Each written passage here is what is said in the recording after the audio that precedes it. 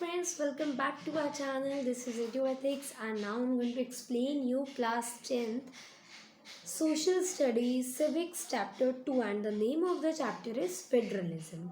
So firstly, let me tell you that ये Federalism हमने पहले कहाँ पढ़ा है. तो फेडरलिज्म के बारे में हम अपनी अर्लियर क्लासेस में पढ़ के आ रहे हैं. इवन हमने chapter 1 of civics, that was the power sharing, so there also we discussed about federalism and we discussed there that it is a kind of vertical form of power sharing. So now when you studied about power sharing, you studied the forms or the types of the power sharing as well. In that you learned the four ways, four types of power sharing.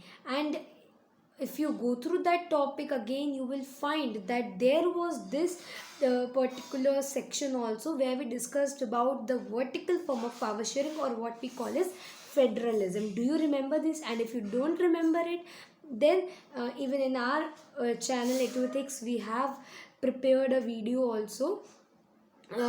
You can go there, so you can just go through with that part as well if you don't remember it, that in power sharing also we had that section, and we also had made that video for you. So with there also we explained you that what is the federal power sharing. ठीक है, तो इतना तो आपको ये पता चल गया है कि फेडरलिज्म तो आप फैमिलियर हैं उससे. अच्छा, बात करते हैं कि हम फेडरलिज्म को कैसे समझ सकते हैं. फेडरलिज्म को समझने के लिए ओके, कंट्री का example is well and good and that is going to be there in the course as well. So the best example here you can take other than the government is your school. So in your school you have different levels of your teacher, different levels we have of our teachers. So if we talk about this different level, so in our school we have principal. So they will look after whole school. Okay, whole school is under their control. From your nursery class till your 12th class, you have your principal to look after.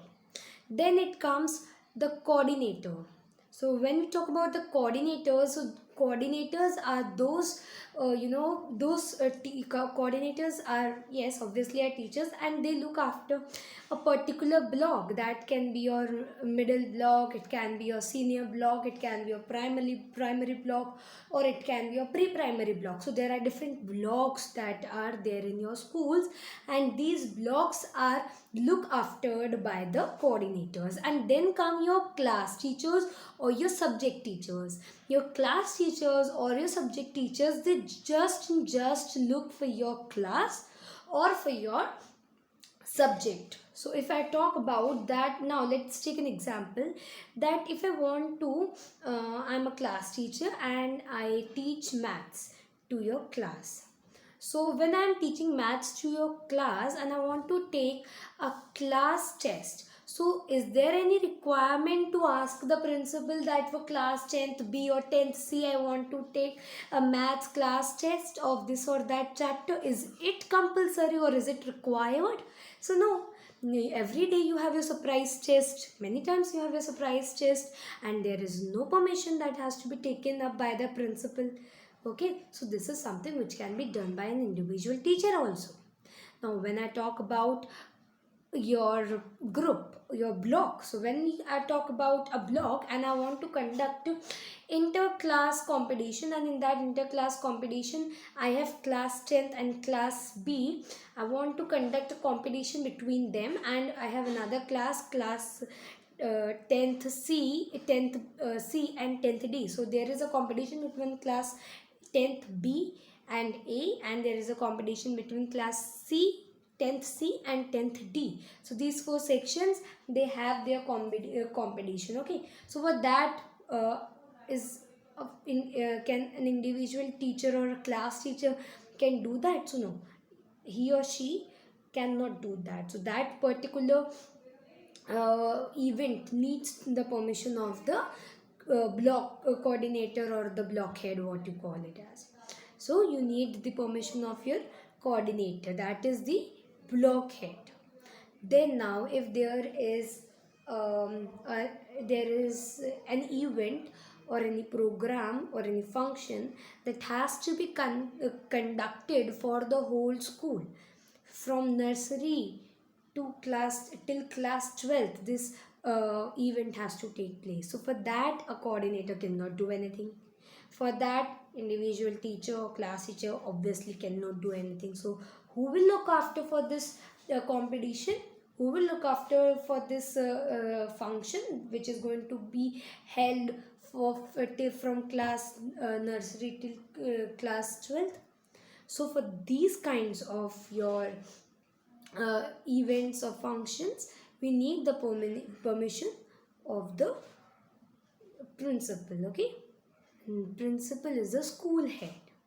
So something like this only, something like this structure only, we have federalism. So the structure of our school's administration is similar to federalism, and federalism is, yes, federalism is followed in a country, and India is a federal country. Okay, now when I talk about federalism, so you just looked here, you just observed here, you just noticed here that in this example, for any class test or for any class function, I do not need the permission of the block head or the coordinator or the principal.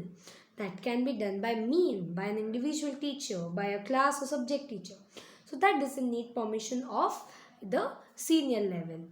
Like that only, in federalism there are different levels of government, and these different levels of government have their own powers. ठीक है, so these different level of government has their own powers.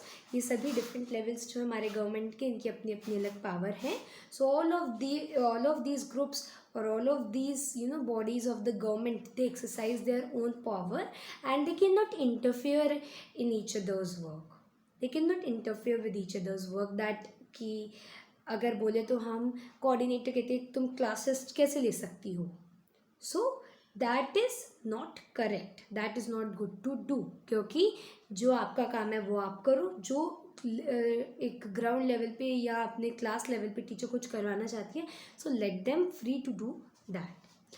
इसी तरह से हमारे country में भी होता है कि you have different level of government, and if you know these different level of government, जल्दी से दिमाग में ले आओ. अगर नहीं पता, हम पढ़ेंगे ही इस चैप्टर में. So let me recall you the different levels of government जो हम पढ़ के आ चुके हैं अपनी अर्लियर क्लासेस में.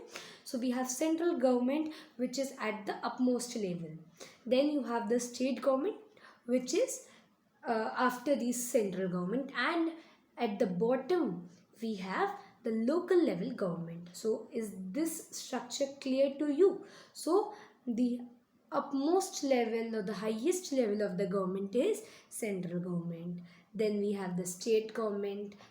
Then we have the local government. Now let me tell you कि state government, central government, local government कहाँ कहाँ क्या क्या देखेंगे. So when I am talking about central government, central that means center point पे जाके मैं रूल करने वाला हूँ. इसका मतलब क्या है सेंट्रल गवर्नमेंट पे? देखो, सेंट्रल गवर्नमेंट को नेशनल गवर्नमेंट भी कहते हैं. अब नेशनल गवर्नमेंट क्यों कहते हैं? Because central government is the government जो पूरे नेशन के लिए देखेगी, जो पूरे नेशन का लुक आफ्टर करेगी. ठीक है, अब पूरे देश को देखना है, पूरे देश को चलाना है. तो देश को चलाना इतना इजी नहीं है. ऑब्वियसली आप देखो, प्रिंसिपल अकेला क्या सब कुछ कर सकता है? क्या एक अकेला प्रिंसिपल हर सब्जेक्ट में होशियार हो सकता है? क्या हर प्रिंसिपल जो है वो पूरे स्कूल को हर दिन देख सकता है? सो that is not at all possible. ठीक है, ये तो बड़ा गलत है. ये तो माल फंक्शनिंग है किसी स्कूल की अगर ऐसा होता है कि एक प्रिंसिपल ही बिठा दिया है और इतने सारे बच्चों का लुक आफ्टर एक अकेला प्रिंसिपल कर रहा है. That is impossible. ऐसा नहीं होता है कहीं पे, किसी स्कूल में, किसी ऑर्गेनाइजेशन में ऐसा नहीं होता. फिर कोऑर्डिनेटर की ज़रूरत तो पड़ती है क्योंकि प्रिंसिपल अकेला कहाँ तक सारे काम करेंगे. So then you have your coordinators and this coordinators look for your block. And यही ब्लॉक हमारा एक स्टेट है अगर हम अपनी इंडिया को लेके चलते हैं, किसी कंट्री को लेके चलते हैं. So the state government is responsible for that particular state, for that particular region within a country. Okay, we are not going out of the country, we are there in the country, and in the country we have different states, and you should tell me that how many states do we have, how many union territories we have. So this tells us here that we have state government in which we have different states, and different states are looked after by the different state government. Okay. Now at the third we have the local government. So what is the work of the local government? So let's say if I have middle block. Yeah, I'm a coordinator of a middle block, and in the middle block we have class 6th, class 7th and class 8th in general. Okay. So now if it is assigned to me that I have to go to class 8th to teach them Hindi, then I have to go to class 6 to teach them maths, and then I have to go to class 7 to teach them this subject. So ऐसे ही मुझे दिन में इतने सारा पढ़ाना पड़ेगा, क्या मैं इतना सारा सब्जेक्ट एक तो मुझे लेके चलना पड़ेगा सभी बच्चों के लिए, सभी लेवल्स के लिए, क्या मैं ऐसे इस सिचुएशन को कोप अप कर सकूँगी? Because we are human beings, हम इंसान हैं, हम नहीं कर सकते इतना workload handle. We can't cope up with such workload. So we need another level of the government, we need another level of our school's teacher, and that is your class teacher here. Class teacher आ जाती हैं आपकी, तो ठीक है. Junior तक तो क्या होता है ना, हमारे स्कूल में होता था कि क्लास नर्सरी से क्लास यूकेजी, मतलब नर्सरी, एलकेजी, यूकेजी, इन 3 क्लासेस में हमारे यहाँ एक टीचर होती थी जो सारे सब्जेक्ट्स लेती थी. बहुत माइन्यूट टॉपिक्स होते हैं, बहुत ही ईजी टॉपिक्स होते हैं जो हम अपने प्री प्राइमरी सेक्शन में करके आते हैं. सो वहाँ तक तो ठीक है, हमारे पास आ जाते हैं कि एक ही टीचर है and they will teach us everything. ठीक है. But now when I will go to class 10th, when I will go to class 11th, I will be having specialized teacher and specialized subject. So is it possible for a single teacher जिसका specialisation है history में या civics में या SST में, और वो मुझे बायोलॉजी पढ़ाए, फिजिक्स पढ़ाए और केमिस्ट्री पढ़ाए, यानी कि साइंस और सोशल साइंस को ऑब्वियसली देखो आप किसी एक ही फील्ड में वर्क कर सकते हो, किसी एक ही सब्जेक्ट में स्पेशलाइजेशन ले सकते हो, and after becoming a teacher आप उसी स्पेशलाइज्ड टॉपिक को जो आपका है आप उसे दूसरों को पढ़ाते हैं. तो क्या एक सिंगल टीचर सब कुछ आपको स्कूल में परफेक्टली पढ़ा सकेगा? क्या एक साइंस का टीचर उतना ही अच्छे से सोशल साइंस पढ़ा सकेगा जितना अच्छे से वो साइंस पढ़ाता है? क्या एक हिंदी का टीचर उतने ही अच्छे से मैथ्स पढ़ा सकेगा या इंग्लिश पढ़ा सकेगा? सो ये इम्पॉसिबल है, बहुत बहुत बहुत ज़्यादा मुश्किल है, सब बिल्कुल नहीं हो सकता. So then you need your again different levels of government. तो लोकल लेवल गवर्नमेंट जो है इसमें हमारे अगेन डिफरेंट हमारे पार्ट्स होते हैं, डिफरेंट हमारे सब गवर्नमेंट्स होते हैं लोकल गवर्नमेंट में भी, बट हम उतना डेप्थ में नहीं जाएंगे. हम लोकल गवर्नमेंट पे आकर के उसके थोड़े सब डिविजन्स देख लेंगे, that's it. So easy PG lemon squeezy है ये हमारा चैप्टर, एंड अपना मंत्र हकूना मटाटा बोल के let's get started with the chapters content. So in the previous chapter we noted that vertical division of power among different level of the government is one of the major form of power sharing in modern democracies. So यहाँ पे आपको बताया गया है कि federalism is nothing but vertical form of power sharing, vertical division of power amongst different level of government. Okay, in this chapter we'll focus on this form of power sharing. It is the most commonly referred to as federalism. We begin by describing federalism in general term. The rest of the chapter tries to understand the theory and practice of federalism in India. So firstly we are going to, first thing is obviously we are going to be introduced with federalism, and हम ये भी देखेंगे कि जहाँ federalism नहीं होती वहाँ पे दूसरी तरह की गवर्नमेंट एग्जिस्ट करती है, that is unitary government.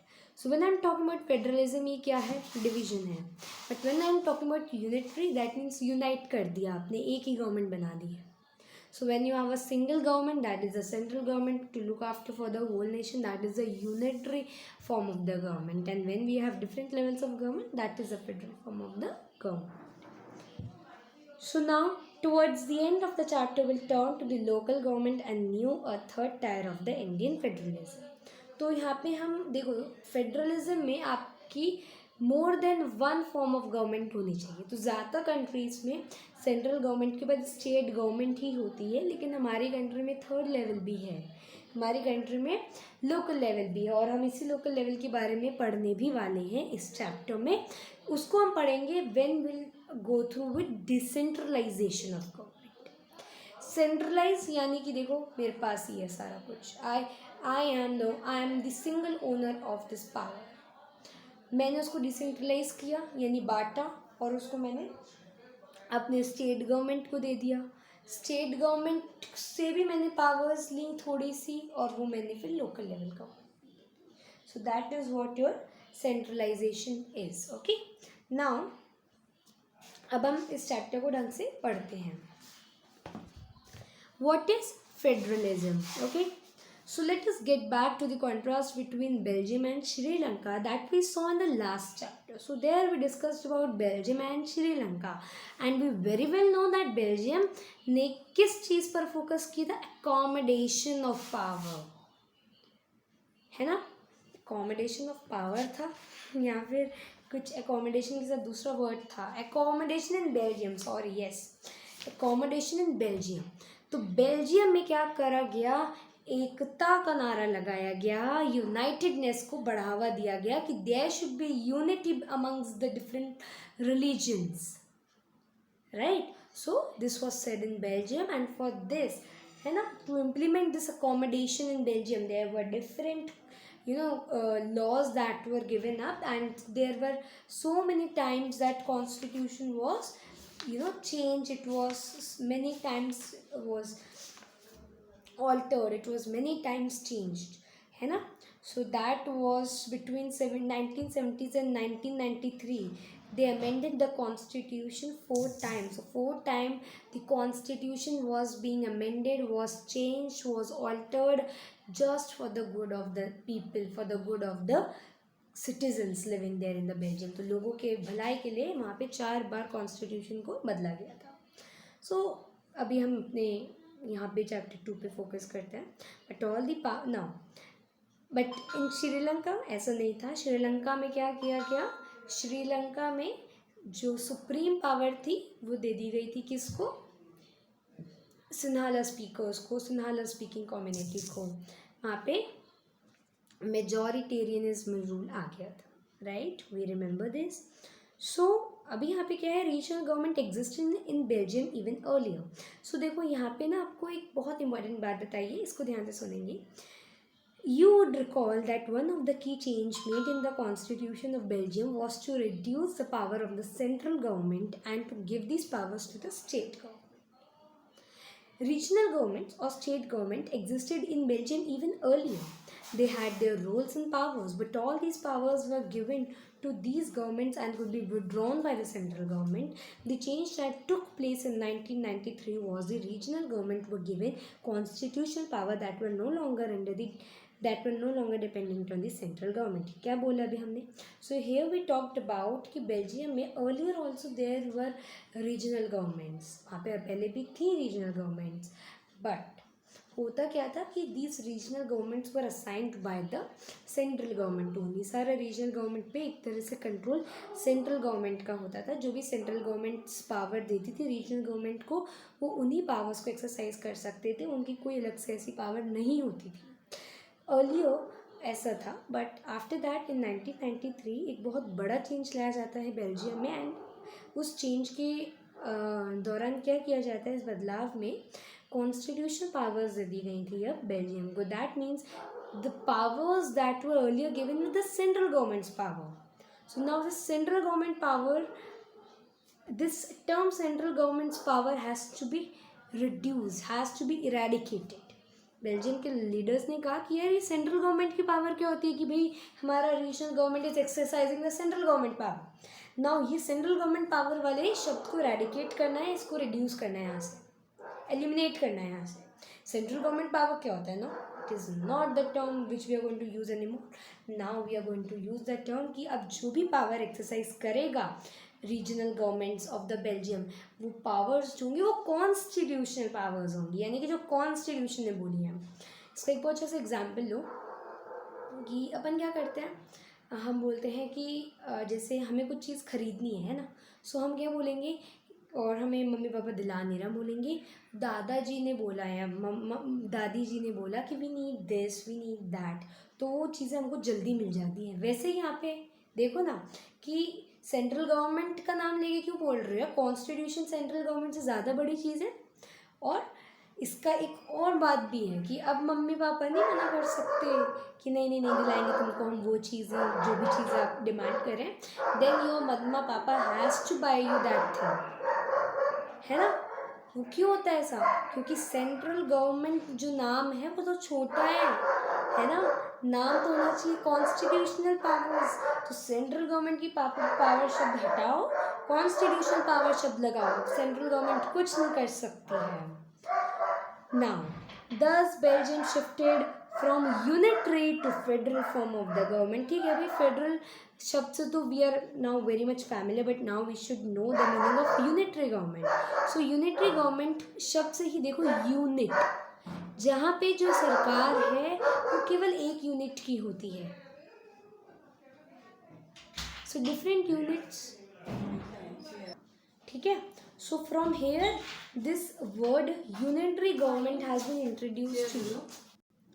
So unitary का मतलब बहुत सिंपल आप यहाँ से समझ सकते हो कि ऐसा देश जहाँ पे जो सरकार हो वहाँ पे केवल one form of the government exist करती है, उनकी एक ही प्रकार की एक ही तरह की सरकार वहाँ पे एग्जिस्ट करती हो, वहाँ एक्सरसाइज होती हो, तो वो आपका unitary form of the government है। सो यहाँ से हम श्रीलंका का एग्जाम्पल लेके इस चीज़ को बेहतरीन समझ सकते हैं, बेहतर समझ सकते हैं। So taking example of Sri Lanka is the best way to understand about unitary form of the government. And when I am talking about unitary form of the government, Sri Lanka सबसे बड़ी एग्जाम्पल इसलिए है क्योंकि श्रीलंका में यूनिटरी फॉर्म ऑफ गवर्नमेंट थी। Simple, easy peasy, lemon squeezy. हम simple, we need to be very simple and clear with the concepts that we are studying. So यहाँ पे हम श्रीलंका का एग्जाम्पल लेके ये देखते हैं कि इसलिए बुक्स में एग्जाम्पल है कि आप ज़्यादा अच्छे समझ सको कि यहाँ पे भी unitary form of the government ही थी, है ना। सो इसलिए तो सारा सिन्हालास की बात मानी जा रही थी। अगर डिफरेंट लेवल्स ऑफ गवर्नमेंट होते तो ऐसा होता ही नहीं। डिफरेंट लेवल्स ऑफ गवर्नमेंट में हमारे पास ज़्यादा से ज़्यादा लोग की ज़रूरत पड़ती, जब ज़्यादा से ज़्यादा लोग की ज़रूरत पड़ती तो वहाँ पे डिफरेंट कम्युनिटीज़ के लोग आते। लेकिन now you have only one level of government and it's majority is being exercised by the Sinhala speaking community. हो गया काम खत्म, सिन्हाला कम्युनिटी को तो वैसे मेजॉरिटी मिल गया, तो इसलिए वहाँ पे हमारे सिविल कन्फ्लिक्ट्स होते हैं, सिविल वॉर्स होते हैं। So one decisions of yours lead to the other decision. यहाँ पे लीडर्स ने हमारे देश के, बेल्जियम के कितने अच्छे डिसीजन लिए कि यार क्यों इतना मतलबी होना, क्यों आज का सोचना, फ्यूचर में जब हम नहीं रहेंगे तो हमारे पीछे से हमारे देश के लोगों को, हमारे देशवासियों को, हमारे सिटीजन्स को प्रॉब्लम फेस करनी पड़ेगी हमारे आज के इस डिसीजन की वजह से। तो वो बड़ा सही से अपना डिसीजन लेके गए। लेकिन श्रीलंका में तो लालच भरपूर था लोगों में। एंड ये बात हमें हमेशा समझनी चाहिए कि समय बदलता है, time changes, and when time changes conditions also changes. Sinhala speaking community उस समय मेजॉरिटी बनाई थी, उस समय तमिल बिल्कुल नहीं समझ पाए थे कि ऐसा क्यों किया जा रहा है। बट विथ टाइम जब लोग उस चीज़ से फेमिलियर हुए कि हमारे साथ किस तरह से टॉर्चर हो रहे हैं, हमारे साथ क्या बुरा किया जा रहा है, तो tit for tat, for every action there is an equal and opposite reaction. Tamil leaders, Tamil speaking community ने क्या किया, they stand against the Sinhala speaking community, then civil wars हुए, है ना। सो यहाँ पे आपको ये चीज़ अच्छे से समझ में आती है। Sri Lanka continues to be for all practical purpose a unitary system where the national government has all the power. So from here you get the definition as well of unitary government. Now unitary system is a system where the national government has all the powers. Tamil leaders want Sri Lanka to become a federal system. They want कि every religion of the society should be given, every community of the society should be given equal chances to take part in the society's different works and different exercises. For example, voting is also a kind of an exercise, एक exercise है जो हमारे देश में हो रही है, और इस एक्सरसाइज की वजह से, इस कार्यक्रम की वजह से कितने सारे लोग हैं आज हमारे देश के जो खुश हैं, जो आज इस देश में रह रहे हैं क्योंकि उनको वोट देने का अधिकार मिल रहा है, खुश हैं वो लोग, है ना। वो वोटिंग लाइन में जब from a domestic worker to an officer, सब एक लाइन में होते हैं, तो वो सिचुएशन होती है जो सबको बहुत अच्छी लगती है कि हम सब एक हैं, है ना। So Tamil leaders want Sri Lanka to become a federal system. Now federalism is a system of government in which power is divided between central authority and various constituent unit of the country. Federalism की definition से हमें यहाँ federalism की definition हमें मिलती है यहाँ से. So from here we get the definition of federalism. Federalism एक ऐसा सिस्टम है, गवर्नमेंट का, सरकार का एक ऐसा सिस्टम है जिसमें जो पावर है उसको डिवाइड कर देते हैं, बांट देते हैं between central authority, that means central government के बीच में, अथॉरिटी यानी कि पावर, सेंट्रल पावर के बीच में या सेंट्रल गवर्नमेंट के बीच में, एंड वेरियस कॉन्स्टिट्यूएंट यूनिट. देखो कई सारे वीडियोस आपने देखे होंगे और कॉन्स्टिट्यूएंट यूनिट्स का मतलब आपको वहाँ पे ये बताया गया कि constituent units are nothing but the state governments. But let me correct here a little bit, थोड़ा सा करेक्शन यहाँ करेंगे हम, एक माइनर करेक्शन करेंगे कि वेरियस कॉन्स्टिट्यूएंट यूनिट्स का मतलब केवल स्टेट गवर्नमेंट नहीं है. इंडिया में स्टेट गवर्नमेंट के बाद भी डिफरेंट लेवल ऑफ गवर्नमेंट आ रहे हैं, तो वेरियस कॉन्स्टिट्यूएंट यूनिट लिखना यहाँ पे ज़रूरी है rather than writing only the state government, क्योंकि इंडिया फेडरल है और इंडिया में आपके 3 लेवल ऑफ गवर्नमेंट है. स्टेट गवर्नमेंट लिख करके आपने 3rd लेवल ऑफ गवर्नमेंट को इग्नोर कर दिया, सो इग्नोरेंसी नहीं चलेगी हमारे देश में. So you need to write the various constituent units, ये शब्द लिखना ज़रूरी है rather than writing the state government word है. Okay, usually federation has 2 levels of government. ज़्यादातर, अब यहाँ पे बहुत ढंग से आपको बताया गया है कि ज़्यादातर जो फेडरेशन है इसमें 2 या 2 से ज़्यादा लेवल्स ऑफ गवर्नमेंट होते हैं, 2 लेवल्स ऑफ गवर्नमेंट होता है, सॉरी. बट इंडिया में 3 लेवल्स ऑफ गवर्नमेंट है. So in India we have 3 levels of government. First is central, second is state, third is local. ठीक है. So one is the government for entire country that is usually responsible for few subject of common national interest. The others are also government at the levels of provinces or states that look after much of the day-to-day administration of their states. Both these levels of the government enjoy their powers independent of the other. So they are telling you about the works of central government. जो central government है वो nation के यानी देश के कामों को करती है, और देश के जो काम है वो हर दिन नहीं करने पड़ते उसको एक टॉपिक, एक थीम लेना होता है, उस पर वो सोच विचार करके काम करती है, फिर महीने 2 महीने बाद वो दूसरा टॉपिक उठाती है हमारे इश्यूज़ का, एंड फिर उस पर वर्क करती है. बट स्टेट गवर्नमेंट हमारे डे टू डे एडमिनिस्ट्रेशन पे वर्क कर रहा है, यानी कि हमारे दिन प्रतिदिन स्टेट में, राज्य में क्या क्या इश्यूज़ हैं, क्या क्या परेशानियां हैं लोगों की, उसको भी वो देख रहा है. लोकल गवर्नमेंट तो बहुत ही ज़्यादा फ्रीक्वेंट होता है अपने इश्यूज़ को लेकर के, तो सबसे ज़्यादा इश्यूज़ हमारे लोकल गवर्नमेंट में जाते हैं, फिर state government, and then we goes to the central government. Okay, in this sense, federations are contrasted with unitary government. And a unitary system, either there is only one level of the government or the sub-units are subordinate to the central government. सब units यानी जो नीचे वाले level से, तो वो क्या होते हैं unitary form of the government में, कि वो सेंट्रल गवर्नमेंट की या तो सबॉर्डिनेट होते हैं या फिर वहाँ पे सेंट्रल गवर्नमेंट ही एग्जिस्ट करती है और लेवल्स एग्जिस्ट ही नहीं करते. सो दैट इज़ यूनिटरी गवर्नमेंट की. यूनिटरी गवर्नमेंट में या तो केवल और केवल सेंट्रल गवर्नमेंट एग्जिस्ट करेगी, और if there are other levels of the government which are present, which are there, they are not going to get as much power as the central government is getting.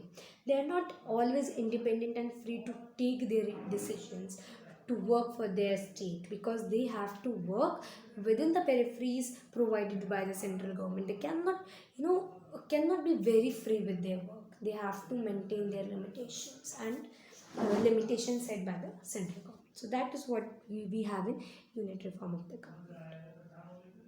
But in a federal system, central government cannot order the state government to do something. कुछ भी है करना है ऐसा बिल्कुल नहीं है हमारे फेडरलिज्म में. State government has powers of its own for which it is not answerable to the central government. Both these governments are separately answerable to the people. Now here we are going to look at some of the features of federalism. मैं आपको एक बार in short समझाऊंगी, फिर मैं read करूंगी. देखो, पहला जो है वो ये कहता है there are 2 or more levels of government. First is 2 or more level of government in federalism. एक या एक से ज़्यादा, है ना, 2 या 2 से ज़्यादा भी हो सकते हैं. सो वी हैव 2, मिनिमम 2, और you can have maximum 2 as well, है ना. योर फेडरलिज्म में ऐसा होता है कि you have either 2 levels of government or there are other levels of government as well. So generally we have 2 levels of government in federalism, but sometimes we have other levels of government also. Now different types of the government in different tiers of the government govern same citizens. आज मैं Indian citizen हूँ. I am not a citizen of Rajasthan, I am not citizen of Maharashtra, I am not citizen of Orissa. I am citizen of my India, and that is why we all are Indians, from Kashmir to Kanyakumari, from Gujarat to Arunachal Pradesh. हम सभी लोग क्या हैं? हम सभी लोग Indians हैं. लेकिन although citizens are same, but each tier has its own jurisdiction. Jurisdiction यानी कि वर्किंग, आप कह सकते हो कि jurisdiction, आप कह सकते हो area which someone has legal authority. तो the area over which someone has legal authority, that means कि जिस एरिया पर जिस गवर्नमेंट का रूल है उस एरिया के अंडर में हम आते हैं. और वो एरिया जहाँ पे कोई एक पर्टिकुलर गवर्नमेंट रूल कर रही है वो उस गवर्नमेंट का ज्यूरिसडिक्शन कहलाता है. That is the legal authority area. Legal authority area यानी कि जहाँ पर कानून के तहत, कानून के अनुसार किसी भी गवर्नमेंट या सरकार का रूल करने का अधिकार है. स्टेट गवर्नमेंट अगर राजस्थान की है तो राजस्थान किसके जुरिस्डिक्शन में आता है? Under the jurisdiction of the state government. Different tiers of the government govern same citizens, but each tier has its own jurisdiction in specific matters of legislation, taxation, and administration. Jurisdiction basically एक term है जो हमें ये बताती है कि जो भी एक पर्टिकुलर स्टेट या जो भी एक पर्टिकुलर रीजन है वहाँ पे किस सरकार का, किस गवर्नमेंट का रूल करने का अधिकार होगा. इन स्पेसिफिक मैटर्स, अभी ज्यूरिस्डिक्शन यानी कि लीगल अथॉरिटीज़, ठीक है, किसी स्टेट पे है, किसी नेशन पे है, लेकिन उन स्पेसिफिक अथॉरिटीज़ के अंडर में होगा क्या, उन स्पेसिफिक अथॉरिटीज़ को लेकर क्या कर सकती है एक सरकार? तो वो लेजिस्लेशंस यानी कि टैक्सेशन यानी टैक्स वर्ड आप समझो, एडमिनिस्ट्रेशन यानी एडमिनिस्ट्रेशन. तो लेजिस्लेशन, टैक्सेशन, एडमिनिस्ट्रेशन वो किसी पर्टिकुलर एरिया का कर सकती है अगर वो एरिया उसके जुरिस्डिक्शन में आता है. तो इस पॉइंट को मैं फिर समझा रही हूँ. देखो, पहली चीज़ तो ये कि हम सब इंडियंस हैं. हम सबको जो भी रूल कर रहा है स्टेट गवर्नमेंट में या सेंट्रल गवर्नमेंट में वो सेम सिटीजन्स हैं. But each tier has its own jurisdiction. ठीक है, तो ये पॉइंट अपन को क्लियर है. This point is very clear to us कि हम सब इंडियन सिटीजन्स हैं. दैट इज़ वाई कोई भी गवर्नमेंट हमको रूल कर रही हो वो हमको as citizen of India, Indian citizen मान के ही रूल करेगी. दूसरी point, but each tier has its jurisdiction. And what is jurisdiction? The area over which someone has legal authority. So that is the legal authority area of any government. So अगर हमको राजस्थान में कोई government rule कर रही है तो राजस्थान उनके jurisdiction में आता है, उनके इलाके में आता है. ठीक है. एंड नाउ ये जो jurisdiction है यानी जो लीगल अथॉरिटीज़ हैं जो किसी भी सरकार को मिलती हैं, किसी भी गवर्नमेंट को मिलती हैं, है ना. सो वो किन किन मैटर्स पर अपना यानी कि अपने लीगल अथॉरिटीज़ को अप्लाई कर सकते हैं उस जुरिस्डिक्शन के लोग, उस जुरिस्डिक्शन के जो भी सरकार है जो भी रूल कर रही है उस जुरिस्डिक्शन को, उस एरिया को, किन किन मैटर्स पर अपने लॉज को लगा सकती है, इम्प्लीमेंट कर सकती है उस जुरिस्डिक्शन में. That is legislation, taxation, administration. ठीक है। अब ये ज्यूरिसडिक्शन को हम अगले पेज में बहुत अच्छे से पढ़ेंगे कि जो ये लीगल अथॉरिटीज़ हैं, दी एरिया में be defined in terms of geographical boundaries on terms of certain kind of subject. यहाँ पे अब मैं आपको ना ज्यूरिसडिक्शन को मुझे अच्छे से बताना पड़ेगा जितना मैं बता सकती हूँ। देखो इस पॉइंट पर एक्चुअली मुझे आपको 2 पॉइंट ढंग से समझाने चाहिए थे, तो वो मैं आपको यहाँ पे एक बार बोर्ड में ना बना के दिखा रही हूँ, ठीक है। सो हम जब बात कर रहे हैं ज्यूरिसडिक्शन की, ज्यूरिसडिक्शन की हम बात कर रहे हैं ज्यूरिसडिक्शन की, तो जो ये ज्यूरिसडिक्शन है आपको दिख रहा है ना, जो ज्यूरिसडिक्शन है इसको आप 2 टर्म से समझने की कोशिश कीजिए, ठीक है। यहाँ पे लिखा हुआ है ज्योग्राफिकल बाउंड्रीज के टर्म्स में और किसी सब्जेक्ट के टर्म में। ज्योग्राफिकल बाउंड्रीज के टर्म्स में और दूसरा सब्जेक्ट्स के टर्म्स में। अब इन दोनों की बातों को समझते हैं। ज्यूरिसडिक्शन का मतलब है लीगल अथॉरिटी एरिया, यानी कि ये सरकार है, ये सरकार इस एरिया में रूल करती है, तो वो एरिया उसके ज्यूरिसडिक्शन में आता है, यानी कि उसका लीगल अथॉरिटी एरिया है, जहाँ पे वो जो सरकार है वो रूल करेगी, वो सरकार अपना शासन चलाएगी। ओके ना, ज्यूरिसडिक्शन को इन जनरल आपने समझ लिया legal authority area, but jurisdiction को when you are studying civics 2 तरह से आपको पता होना चाहिए, इन 2 टर्म्स इन 2 वेज आपको ज्यूरिसडिक्शन का मतलब पता होना चाहिए। फर्स्ट इज द ज्योग्राफिकल सब एरिया और geographical boundaries, the other is subjects. Geographical boundaries की मैं आपको बात बताती हूँ। ज्योग्राफिकल बाउंड्रीज कोई बहुत डिफिकल्ट टर्म नहीं है, बहुत सिंपल सी बात है कि ये हमारा इंडिया है। अब मेरे को ढंग से इंडिया का मैप ना अभी बनाना बहुत इजी नहीं होगा, बस अभी ऐसे इसको अज्यूम कर लो, ठीक है। यस,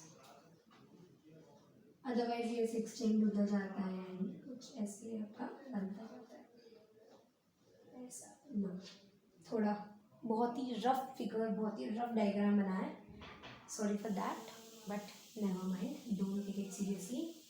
ये अपना है इंडिया का मैप। अब अगर मैं इस इंडिया के मैप को, इस भारत के नक्शे को, इस इंडियन मैप को देखूँ तो ये हमारे इस ग्लोब में है और इस ग्लोब में भी एशिया में है। तो मैंने इसको एशिया से अलग कैसे किया इंडिया को, इसकी ज्योग्राफिकल बाउंड्रीज बना के, है ना, इन बाउंड्रीज को बना दिया हमने और कह दिया कि यार ये अपना इंडिया है। अब इस इंडिया को भी, इतना बड़ा है ना इंडिया, हमने डिफरेंट डिफरेंट स्टेट्स में बांटा है और states are nothing but geographical boundaries. Geographical boundaries यानी कि हमने इंडिया में कुछ on the basis of the weather, on the basis of the agricultural, on the basis of the agriculture done, on the basis of the fertility and everything, हमने उसको geographical boundaries में बांट दिया, स्टेट्स बना दी। तो इन states का अपना अपना होगा लीडर, सीएम जिसे हम बोल सकते हैं, जो स्टेट को रूल करेगा। तो जो भी इन स्टेट्स को रूल करेगा, जो भी इन स्टेट्स पर अपना शासन चलाएगा, जो भी सीएम होगा, तो वो सीएम के अंडर में ये हमारे ज्यूरिसडिक्शन आएगा। इन राजस्थान एक ज्यूरिसडिक्शन है किसी सीएम का, ये किसी सीएम का ज्यूरिसडिक्शन है, महाराष्ट्र, कर्नाटक, तमिलनाडु, ये सब किसी न किसी सीएम के ज्यूरिसडिक्शन में आते हैं। तो यहाँ से आपको ज्यूरिसडिक्शन का एक मतलब समझ में आया, on the basis of the geographical boundaries. The other meaning is the subjects. Subject का मतलब है टॉपिक, सब्जेक्ट का मतलब है टॉपिक। अब इसमें क्या होता है, on the basis of the subject हम ज्योग्राफिकल बाउंड्रीज को हटा देंगे और हम बोलेंगे कि मैरिज एक सब्जेक्ट है, सक्सेशन एक सब्जेक्ट है, एजुकेशन एक सब्जेक्ट है, यानी टॉपिक है जिस पे सरकार को काम करना है। सरकार हमने क्यों बनाई है? क्योंकि हमारी जो इंडिया है, हमारी जो कंट्री है, उसमें हर तरह के सब्जेक्ट्स यानी हर तरह के वर्क्स प्रॉपरली डन किए जा सके, प्रॉपरली हो सके। तो हमने डिफरेंट सब्जेक्ट्स बना दिए। अब ये डिफरेंट सब्जेक्ट्स जो हैं, it can be a marriage subject, it can be succession. Succession यानी कि इस इंसान के बाद प्रॉपर्टी किसको मिलनी चाहिए, इस इंसान के बाद जो उसकी विल है वो किसको मिलनी चाहिए, दैट इज सक्सेशन। एजुकेशन, ठीक है, उसके बाद फार्मिंग, एग्रीकल्चर। तो ये सब सब्जेक्ट हैं, यानी जो ऐसे इश्यूज हैं जो हमारे इंडिया में प्रोमिनेंट है, जिनके ऊपर सरकार को काम करना है। तो on the basis of this subject हमने ना इन सब्जेक्ट्स को 3 लिस्ट में बांटा है। एक है यूनियन लिस्ट, एक है कॉन्करेंट लिस्ट, एक है स्टेट लिस्ट। यूनियन लिस्ट यानी जहाँ पे हमारी सेंट्रल गवर्नमेंट को डिसीजन लेने का पावर है। So central government has legal authority to take decisions on the union, on the topics discussed in the union list. You have the state list. State list में जितने भी topics हैं, उन topics पर state government को power है कि वो उन पर डिसीजन ले सके। तो यूनियन लिस्ट जो है वो किसके जुरिस्डिक्शन में आती है, किसके अंडर में आती है, किसकी लीगल अथॉरिटी में है, सेंट्रल गवर्नमेंट की। स्टेट गवर्नमेंट की लीगल अथॉरिटी में है स्टेट लिस्ट के सब्जेक्ट्स जितने भी हैं, कॉन्करेंट लिस्ट भी है, ठीक है। So we have different list and इन लिस्ट में हमारे डिफरेंट टॉपिक्स हैं। वो टॉपिक्स डिफरेंट जुरिस्डिक्शन, वो जो टॉपिक्स हैं वो डिफरेंट डिफरेंट गवर्नमेंट के अंडर में आते हैं, और वो जिस भी गवर्नमेंट के अंडर में आते हैं वो उसकी जुरिस्डिक्शन कहलाते हैं। तो यहाँ पे मैं थोड़ा आपको इस तरह से बताना चाह रही थी इसका मीनिंग, जो अब मैं आपको बता पाई हूँ, ठीक है। तो यहाँ से आपने ये पॉइंट्स मैंने डन कर दिए हैं। सो अब हम आगे मूव करते हैं। Jurisdiction क्लियर हो गया, आई होप ना। Jurisdiction of respective level or tier of government as specified in constitution, so existence and authority of each share of the government is constitutionally guaranteed.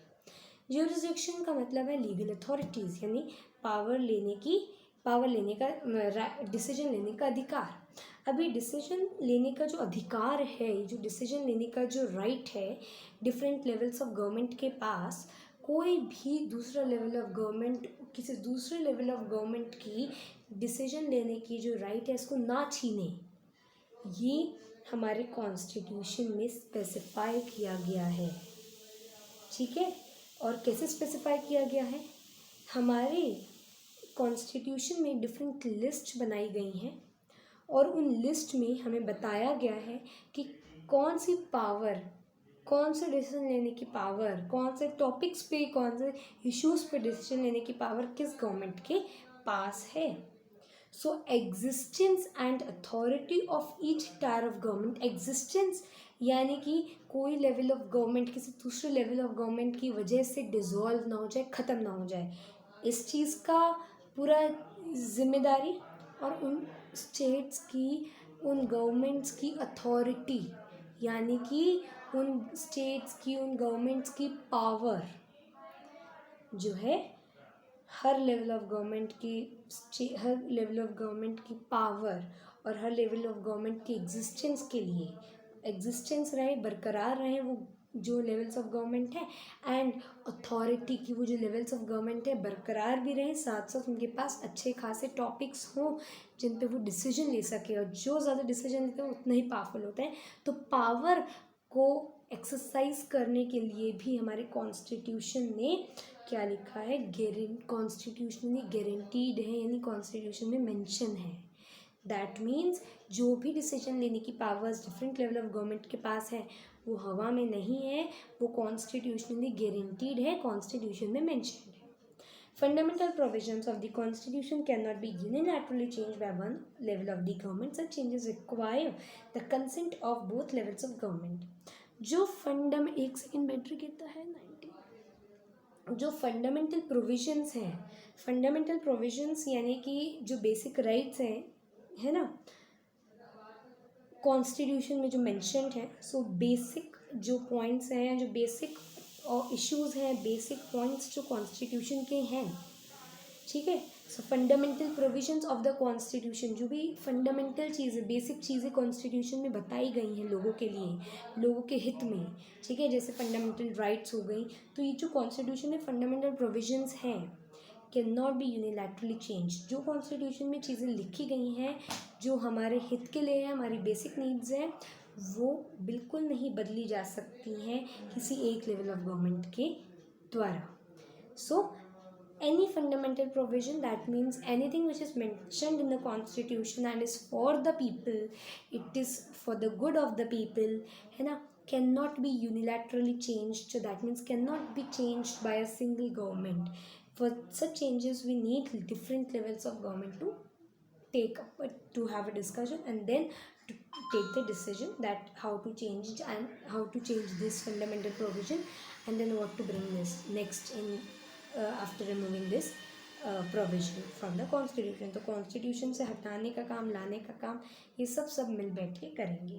Courts of power to interpret the constitution and the powers of the different levels of government. The highest court acts as an umpire if disputes arise between different level of the government in exercise of their respective powers। अब यहाँ पे point आता है court का। सरकारें काम कर रही हैं, इसको ऐसे लो कि एक बड़ी बहन है, एक छोटी बहन है, दोनों बहनें हैं, ठीक है। अब दोनों बहनें डिसाइड कर रही हैं कि हम जो डेकोरेशन है दिवाली पर वो किस तरह से करेंगे, कहाँ करेंगे, और उन दोनों में हो गई लड़ाई। So now mama has the power, है ना, मम्मा हैज़ द पावर कि अगर दोनों के बीच में होती है लड़ाई, होता है डिस्प्यूट, होता है कोई गड़बड़, so she will be the one who will take the decision, who will decide कि कहाँ पार्टी होगी, कहाँ डेकोरेशन होगी दिवाली की। So courts have the power to interpret the constitution, ठीक है। अब क्या है कि दोनों बहनें जो हैं वो डिसाइड कर रही हैं कि हम दिवाली में ये करेंगे, वो करेंगे, ये करेंगे, वो करेंगे, और तभी मम्मी कहती है अच्छा ज़्यादा पार्टी डिसाइड हो रही है, कल एग्ज़ाम है, tomorrow you have your exam, so no party, no any kind of celebration, no decoration, just go and study. So उन्होंने चेंज कर लिया सारा का सारा सिस्टम। कॉन्स्टिट्यूशन को भी चेंज कर सकता है हमारा कोर्ट, ठीक है, and the powers of different level of the government as well, okay. The highest court that is the supreme court act as an umpire, राजा की तरह काम करता है वो, if dispute rises between different levels of the government, ठीक है। Sources of revenue for each level of government are clearly specified to ensure its financial autonomy. बहुत सिंपल है और इसको एग्जाम्पल से समझो। एक एग्जाम्पल मैं आपको देती हूँ कि लेट से आपकी मम्मा ने कहा कि आज तुम बहुत अच्छे मार्क्स लेके आए हो तो तुम जाओ और मस्ती करके आओ, ठीक है, जाओ एंड अपनी शॉपिंग करके आओ, अपने फ्रेंड्स के साथ मस्ती करके आओ, है ना, पार्क घूम के आओ, जहाँ जाना है मस्ती करके आओ, है ना, बाहर खा के आओ, रेस्टोरेंट्स में, होटल्स में खा के आओ। But she forgot to give you the money, उन्होंने पैसा देना भूल गया, मम्मा आपको पैसा देना भूल गई। So then what will happen, okay, आपके पास है पूरी अधिकार है कि आप घूम सकते हो, मस्ती कर सकते हो, but when you don't have this, when you don't have resource, when you don't have money to pay to the hotel, to pay to anybody, है ना, now you can purchase anything. So ये example जो था इसको आप ऐसे समझ सकते हो ना कि आपको घूमने के लिए भेज दिया मम्मा ने, बट पैसे तो दिए ही नहीं। पैसे is the resource, money is the resource जो हेल्प करेगा आपको कोई भी चीज़ खरीदने में, परचेज करने में। So in that situation you need money. So money जो है बहुत इंपॉर्टेंट है। स्टेट्स को भी यही चाहिए कि यार हमने स्टेट गवर्नमेंट बना दी, सारी गवर्नमेंट बना दी, लेकिन हमने कहा हम तो टन गोपाल है, we don't have money to pay, है ना। So that can not happen. State governments के पास पैसा होना चाहिए कि वो सरकार चला सके। सेंट्रल गवर्नमेंट के पास ऑब्वियसली पैसा होता ही है, लोकल गवर्नमेंट के पास भी पैसा होना चाहिए कि वो भी फंक्शन कर सके। अगर आपकी ब्रिक्स जो होंगी एकदम ग्राउंड लेवल पे वो स्ट्रॉन्ग नहीं होंगी तो पूरा घर ढह जाएगा। इसलिए लोकल गवर्नमेंट का फंक्शनिंग भी उतना ही ज़रूरी है जितना सेंट्रल गवर्नमेंट या स्टेट गवर्नमेंट का है। Is that clear? Now, federal system does have dual objective to safeguard and promote unity of the country। हमने देखा फेडरल सिस्टम क्या कर रहा है, इसके डुअल ऑब्जेक्टिव है, दो ऑब्जेक्टिव हैं, दो काम है कि एक तो सेफगार्ड कर रहा है, बचा रहा है, और इवन प्रमोट कर रहा है यूनिटी ऑफ द कंट्री को। श्रीलंका में सेफगार्ड नहीं किया जा रहा था हर किसी रिलीजन को, तो वहाँ पे क्या हुआ, वहाँ पे बिखर गई सारी जो यूनिटी थी कंट्री की।